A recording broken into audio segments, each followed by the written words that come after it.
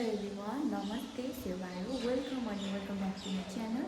अनि आज चाहिँ मैले यति ऱ्यान्डमली भिडियो बनाएको अनि हजुरहरू चाहिँ थम्बनेल हेरेर पनि थाहा पाइसक्नुभयो होला है। आज चाहिँ मेरो बुढा आउँदै हुनुहुन्छ, 2 वर्षपछि आउँदै हुनुहुन्छ, बाहिर हुनुहुन्थ्यो नि त। अनि त्यही भएर मैले चाहिँ भिडियो गर्नु खोजेको हो। अब हेरौँ के हुन्छ। म चाहिँ अब मासु लिन जानु आँटेको, यता अलिक पर पाउँछ।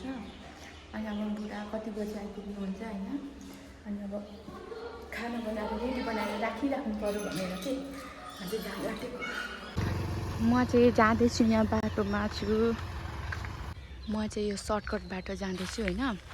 यता पर एउटा रोड पनि छ कि, तर अलिक ढिलो पुगिन्छ नि त त्यो रोडदेखि। अनि त्यही भएर म चाहिँ यो सर्टकट बाटो जाँदैछु। अनि यहाँनिर छिटो त छिटो पुगिन्छ कि, तर यहाँ फोहोरै फुट्छ कि गनाउँछ यो सर्टकट बाटोमा। मेरो चाहिँ यहाँनिर मुखमा घाउ निस्किरहेको छ कि, अनि मलाई चाहिँ बोल्नु पनि कति अप्ठ्यारो परिराखेको छ। चाहिँ अब आइपुगेँ, यही हो मासु पाउने ठाउँ। सुँगुरको मासु छ?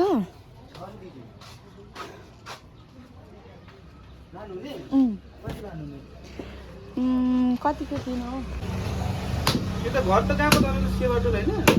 सेवाटो 5 नम्बर।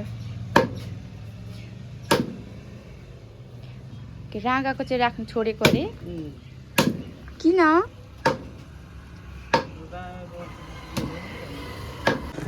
मैले चाहिँ मासु लिएर पनि आइसकेँ होइन। अब चाहिँ म घर जाँदैछु। अनि आज चाहिँ तराईमा होली, सो सबैजनालाई ह्याप्पी होली, राम्ररी मनाउनु होला मेरो तर्फबाट। सबैजनालाई फागु पूर्णिमाको धेरै धेरै शुभकामना। मैले भिडियो गरेको एङ्गल देखेर चाहिँ होइन साँच्चै न्यु यो कुकुर मलाई देखेर न्यु खोज्दैछ हो मेरो। मैले भिडियो गरेको मेरो भिडियोको एङ्गल देखेर चाहिँ नहाँस्नु होला। अब म सिक्दै मात्रै छु, मजाले आउँदैन क्यामेरा समात्नु, भिडियो गर्नु नै मजाले आउँदैन। अब यस्तै हेरिदिनु होला है। अब बिस्तारै सिक्दैछु। अब अहिले नै त सबै कुरा कहाँबाट जान्नु होइन, सिक्दैछु। म चाहिँ अब मासु लिएर पनि आइसकेँ। म चाहिँ अब दिदीकोमा पुगेर आउँछु। यस्तै चलिरहेको चाहिँ मेरो जिन्दगी यस्तै पर आइन्छ पर आइन्छ पर आइन्छ यसरी। हेलो हेलो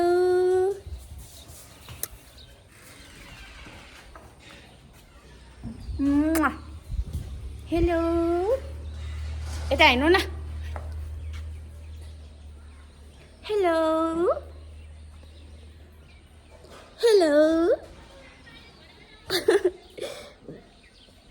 चलाउनु हुँदैन, चलाउनु हुँदैन। फर्केको दिदीको देखि, यहाँ दिदीको जेठा छोरा आइभन्। छ्या तेरो दाँत त है थोते भएको रहेछस् नि त। थोते हो के होस् त? के होस् त? मेरो चाहिँ बुढा पनि आइसक्नु भयो। कति बजीतिर आइपुग्नु भएको भने 6 बजीतिर आइपुग्नु भएको। अनि बुढा आउनु मेरो भिडियोमा, छिटो आउनु न हो।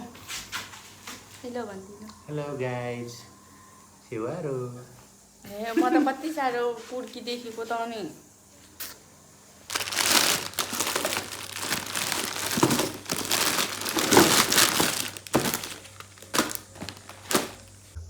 चक्लेट यो चाहिँ मेरो बुढाले ल्याउनु भएको बाहिरदेखि चक्लेट। हाम्रो चाहिँ खाना रेडी भइसकेको। अब हामीले चाहिँ खानु लागेको। मेरो कोठाको हालत चाहिँ यस्तो भइराखेको छ। अनि अब यो भिडियो चाहिँ यति नै। अहिलेसम्म हेरिदिनु भएकोमा धेरै धेरै धन्यवाद। अब अर्को भिडियोमा फेरि भेटौँला। By by.